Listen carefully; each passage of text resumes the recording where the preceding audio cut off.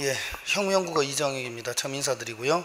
이제 여러분들이 처음 수업을 시작하면서 많은 기대도 있을 거고 각오도 있을 거라고 생각합니다. 현강학생들하고 인강학생들하고 2016년도 물론 중간에 또 시험도 있을 수가 있어요. 각자에 따라서. 그런데 2016년도를 대비하면서 시작하자마자 열심히 일하시는 분들 소리가 들려요. 지금 밖에서.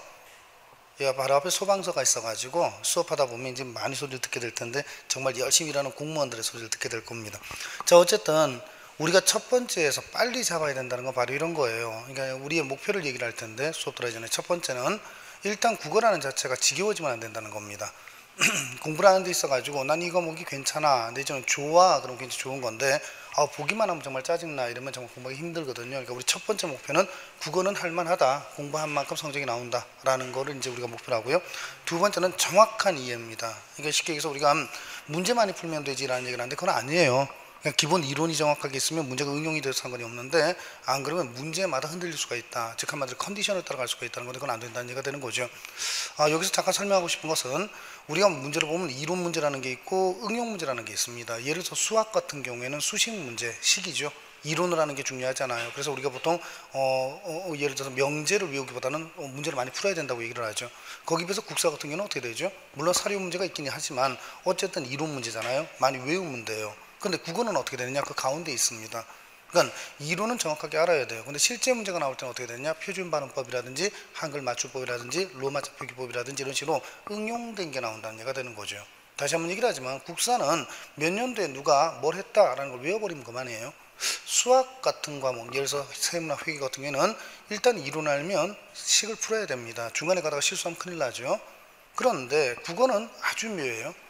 이게 분명히 나올 때는 수식 문제처럼 나와요. 어떤 글을 주고 그 속에서 어법에 맞고 자연스러운 문장을 찾아라, 내지는 다음 밑줄 친 부분의 문장 성분이 뭐냐, 이런 식으로 나와야 되는데 그럼 이걸 풀려면 어떻게 되는 것이냐? 그 문장 성분이 뭔지 다 알고 있어야 된다는 얘기가 되는 거죠.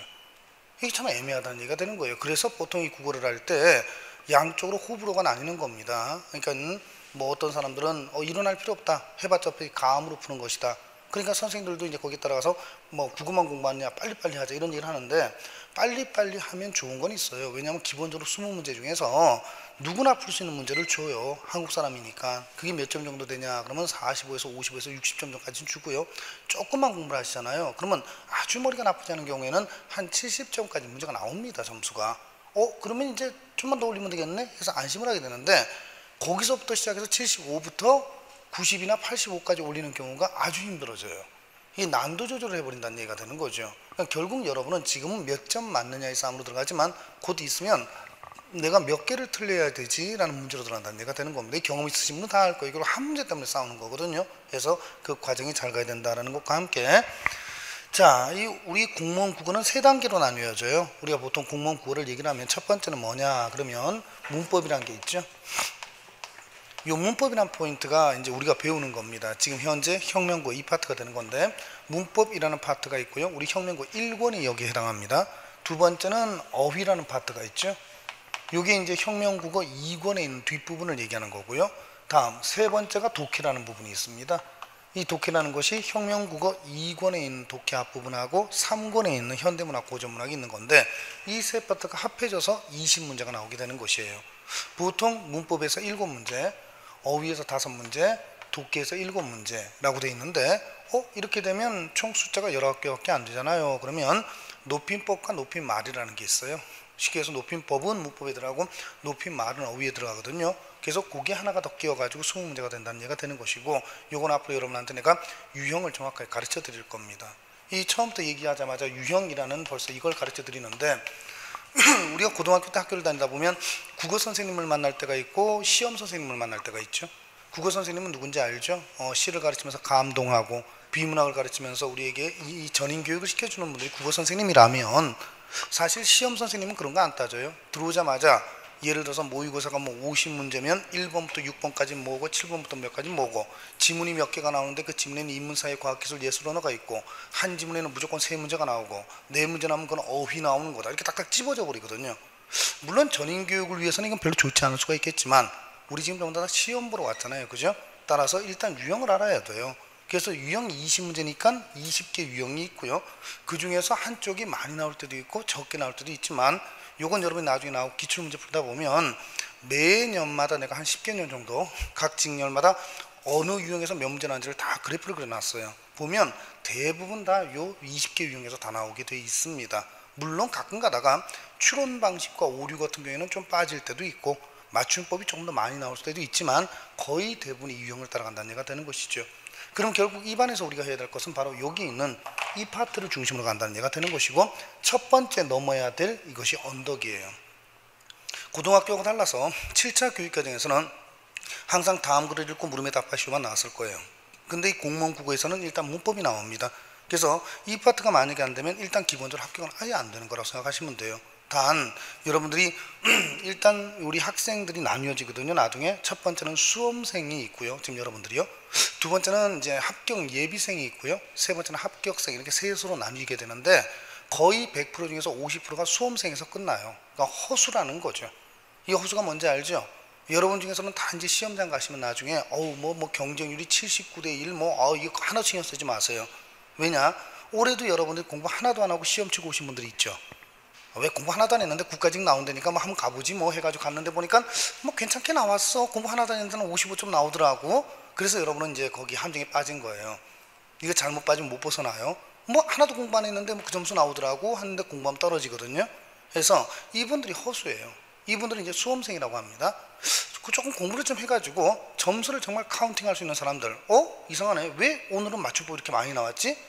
야, 이거 올해는 왜 이렇게 한자가 하나도 안 나왔지? 이렇게 짚을 수 있는 사람들이 합격, 이제 우리가 얘기하는 준비생이고요. 세 번째, 그리고 나서 모든 과목, 9급 기준으로 5과목, 7급 기준으로 1급을 전체적으로 정리를 해가지고 정말 내가 몇 년도에 어떻게 하겠다라는 걸 합격생이라고 한다는 얘기가 되는 거니까 그 관계를 잘 가셔야 되거든요. 첫 번째 이 부분을 해야지만 합격 준비생으로 갈 수가 있어요. 근데 문제는 합격생에서 갈 때, 그러니까 우리가 보통 일단 합격 준비생에서 합격생으로 갈 때는 얘는 별 문제가 없어요. 왜냐? 그 정도 수준에 간 사람들은 일단 이 부분은 다 맞는다는 생각을 하면 돼요. 문제는 여기서 남들 다 맞는 문제 하나만 더 틀리면 끝나는 겁니다 라는 것만 생각하시면 돼요. 그러니까 이건 무조건 확실하게 잊어야 되고, 처음에 이 부분을 정확하게 하셨잖아요, 그죠? 그러면 잊어버리면 안 된다는 거, 다시 할 시간이 없다는 거. 두 번째는 뭐냐? 요 독해, 요게 이 점수 따는 문제가 돼요. 대부분의 학생들이 이 부분을 좀 등한시합니다. 아니 뭐 나 너 소설책 많이 읽어봤는데. 근데 그건 말도 안 되는 거예요. 흥부전 보는 사람이 이 나라에 누가 있어요? 근데 흥부전이 나온다고 해서 다 맞는 건 아니거든요. 그래서 요 두 개의 수업은 실제 여러분이 인강을 통해서든 형광을 통해서든 병행해 주셔야 됩니다. 해서 이 두 파트를 해줘야 돼요. 왜냐하면 여러분이 아무리 문법을 잘 맞아도 뭐랍니까? 반타작 밖에 안 되면 신경질 나거든요. 남들은 시험 쳤는데 이 경험자들 이번에 몇 점 모의고사 그러면 처음 시작이 벌써 85점, 나는 몇 점? 그러면 이제 50점, 그것도 불안하게 찍은 거 합해서 이런 뭐 벌써 카운팅이 안 되는 거죠. 그러니까 요 두 개를 병행하면서 가주시면 되는 거고요. 요게 이제 맨 끝에 히든이에요. 왜냐하면 이 참 나중에 여러분들 이 책을 다 하면 여러분이 아실 테지만 배우기는 정말 힘든데 한 번 배우면 답이 나오는 게 이 파트라면 얘는 공부를 안 해요.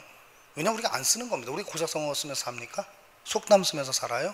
혹시 고유어 쓰면서 삽니까? 그렇게 하지 마세요. 뭐 친구한테 뭐 예를 들어 가지고 야 이봐 친구야 넌 과유불급이야 이러고 하면 우리 인간관계 되게 심플해져요. 사람들이 안 만난다 이거죠. 그러다 보니까 얘가 나중에 아주 계륵이 됩니다. 버리자니까 합격을 못하고 하려니까 너무 힘들고. 그래서 이 파트가 이제 우리가 수업을 할 때 가장 중심을 둬야 될 것, 단 지금은 아니라는 거죠. 자, 우리 수업은 어떻게 가느냐면요, 아까 했던 대로 요걸 파인트로 갈 거예요. 해가지고 오늘부터 시작해서 우리 현강기준 2달 동안 이걸 완성시킨다는 얘기죠. 하나도 빼지 않고 하고 한 문제도 빼지 않는다라고 생각하시면 됩니다.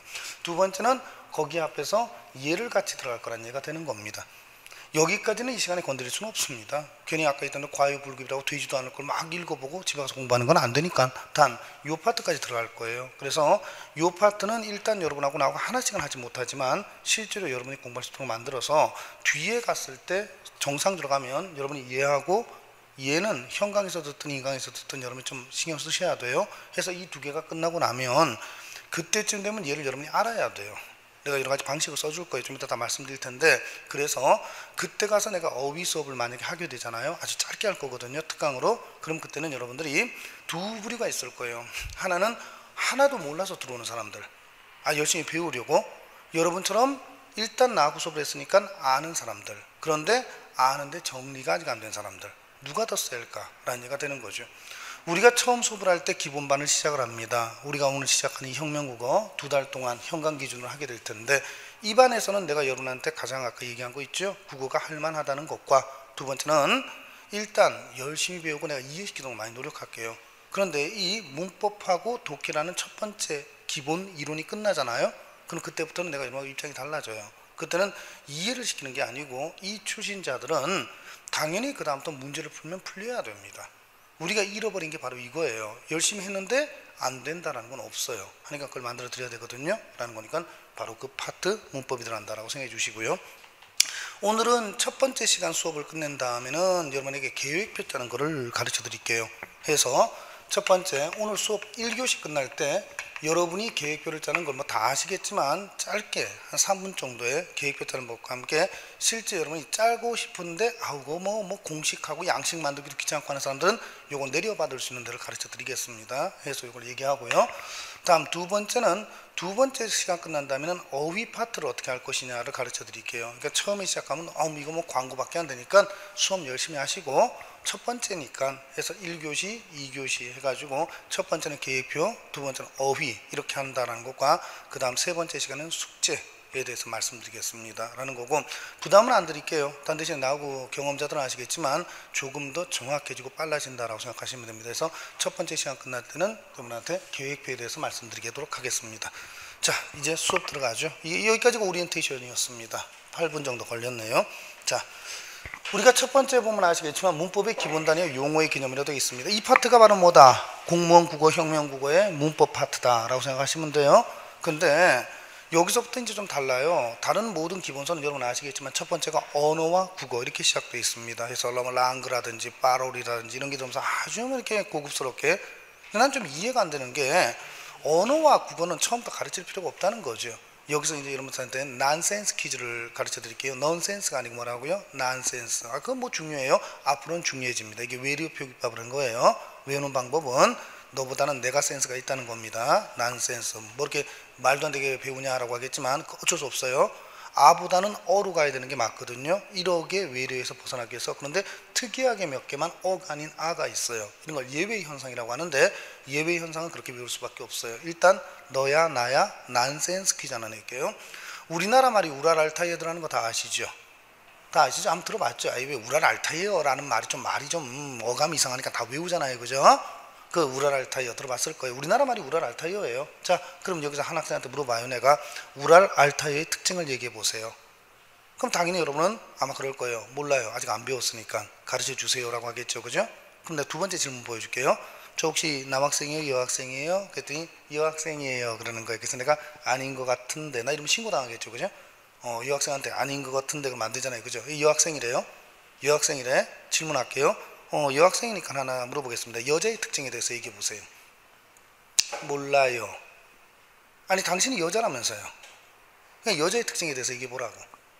몰라요. 가르쳐 주세요. 이 제정신이에요? 다시 한번 얘기를 할게요. 당신 사람입니까? 예. 그럼 사람의 특징에 대해서 얘기해 보세요. 뭐 특징 얘기하면 되죠? 자기 특징 얘기하면 되죠. 맞아요? 아니에요? 그걸 굳이 여자의 특징 내지는 사람의 특징을 외울 필요가 있어요? 없어요? 근데 그걸 내가 만약에 학문이라고 외우게 한다면 그건 바보진 아니에요? 우리 시간도 없는데? 그죠? 나 하나 물어봅시다. 우리나라 말이 어디에 들어간다고요? 우랄 알타이에 들어간다고. 그러면 우랄 알타이의 특징은 바로 뭐다? 우리말의 특징이에요. 그럼 어차피 우리는 우리 국어를 배워야 돼? 안 배워야 돼? 배워야 돼요. 근데 그걸 왜 처음에 우리가 외워야 돼요? 맨 뒤에 가서 정리하면 그때는 배운 걸 정리하는 게 끝난다는 얘기가 되는 거죠. 이해되셨죠? 따라서 우리는 조금 다른 책하고 다르게 시작하자고요. 첫 번째, 여러분이 문법을 배울 텐데 문법이 뭔지 하나도 몰라요. 그냥 여러분 이제 의문 배우면 뭐다? 의문만 봐요. 그러다 갑자기 단어 나오면 단어만 봐요. 형태소 나오면 형태소만 봐요. 이런 걸 보고 뭐다? 숲은 보지 못하고 나무만 본다는 거예요. 그냥 그것만 보고 있을 땐 되는데 전체적으로 야, 왜? 너 지금 뭐 배우고 있는데? 몰라. 이러니까 나중에 엉켜버린다는 얘기가 되는 거죠. 많이 들어봤죠? 숲은 보지 못하고 나무만 본다. 반대로 숲은 보는데 나무는 못 본다. 그래서 안 돼요. 그죠? 지엽적인 문제도 나오니까 많이 들어봤을 거니까 숲도 보고 나무도 봐야 된다 이런 얘기 들어봤죠? 그걸 이제부터 하려고 해요. 그래서 첫 번째 캐릭터 먼저 배울 거예요. 문법의 기본 단위가 뭔지, 그리고 두 번째 그 용어의 개념이 무엇인지를 먼저 외울 겁니다. 그리고 좀 이따 이 문법의 기본 단위를 다 배우고 나시면